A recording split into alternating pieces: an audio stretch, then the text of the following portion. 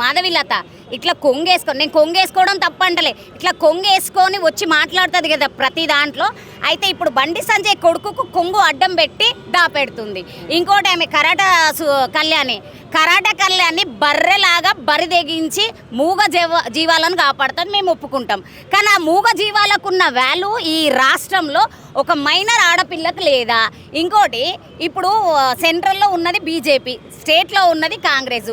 ఇప్పుడు ఎవడన్నా బయటికి వెళ్ళి మన దేశం మీద అటాక్ చేస్తే కాపాడవలసింది సెంట్రల్ గవర్నమెంట్. అటువంటి సెంట్రల్ గవర్నమెంట్లో సెంట్రల్ హోమ్ సహాయ మంత్రిగా ఉంటున్న బండి సంజయ్ గారు మీ బండిని మొత్తం బరబాద్ చేసింది నీ కొడుకు. ఇంకో ముచ్చట ఏంటంటే 3 రోజుల నుండి ఫోన్ లేదు ఏం లేదు అని అంటే మీరు నీ కొడుకునే పట్టుకోలేకపోతురు. రాష్ట్రంలోనే కానీ దేశంలో వచ్చే ఎవరైనా టెర్రరిస్టులనే కానీ ఎవరినే కానీ మీరు ఎట్లా ఆపుతారు? మీకు శాతనవుతుందా అది?